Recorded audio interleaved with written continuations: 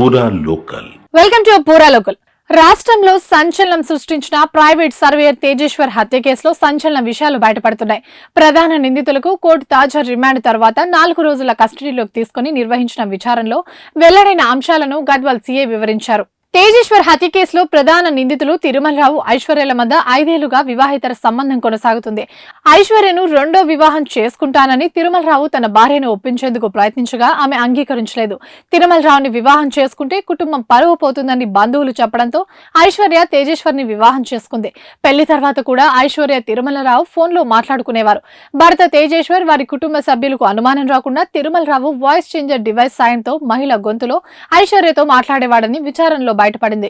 ఈ పరికరాన్ని కర్నూలులో తిరుమలరావు పనిచేసే బ్యాంకులో స్వాధీనం చేసుకున్నట్లు సీఐ వివరించారు. తేజేశ్వర్ బ్రతికుంటూ ఎప్పటికైనా సమస్య వస్తుందని, అతని అంతమొందించాలని ఐశ్వర్య తన ప్రియుడిని ప్రేరేపించింది. జూన్ 13న గద్వాల్లోని సంగాల చెరువు వద్దకు రావాలంటూ తేజేశ్వర్ కు గ్యాంగ్ ఫోన్ చేయగా అతను తన స్నేహితుడితో కలిసి రావడంతో హత్య పన్నాగం విఫలమైంది.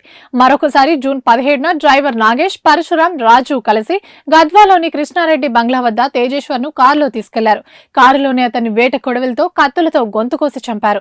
ఆ సమయంలో అన్న నన్నెందుకు చంపుతున్నారు అని తేజేశ్వర్ గ్యాంగ్ ను అడిగినట్లు విచారణలో తేలినట్టు సీఐ పేర్కొన్నారు.